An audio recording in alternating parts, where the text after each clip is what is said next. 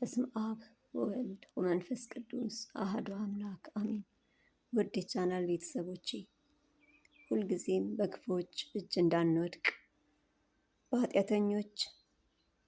ኃጢአተኞች እንዳይሳለቁብን የምትጠብቀንን ይችን ድንቅ ጸሎት አብረን እንጸልያለን።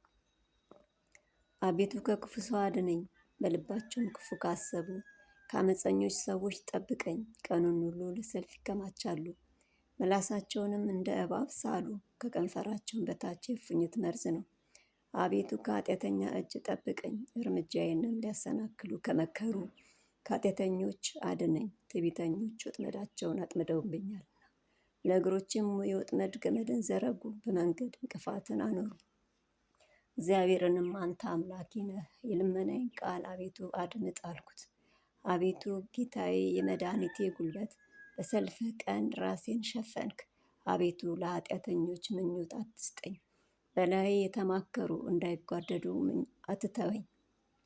የሚከቡኝን ራስ የከንፈራቸው ክፋት ይክደናቸው፣ የእሳት ፍም በላያቸው ይውደቅ። እንዳይነሱም ወደ እሳትና ወደ ማዕበል ይጣሉ።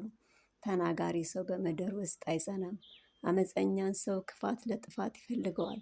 እግዚአብሔር ለችግረኞች ፍርድን ለድሃም በቀልን እንዲያደርግ አወቅሁ። ጻድቃንም በእውነት ስምህን ያመሰግናሉ፣ ቀኖችን በፊትህ ይኖራሉ። እንደዚህ እያለን እየጸለይን ከክፉ ሰዎች መሰወር እንችላለን፣ መጠበቅ እንችላለን።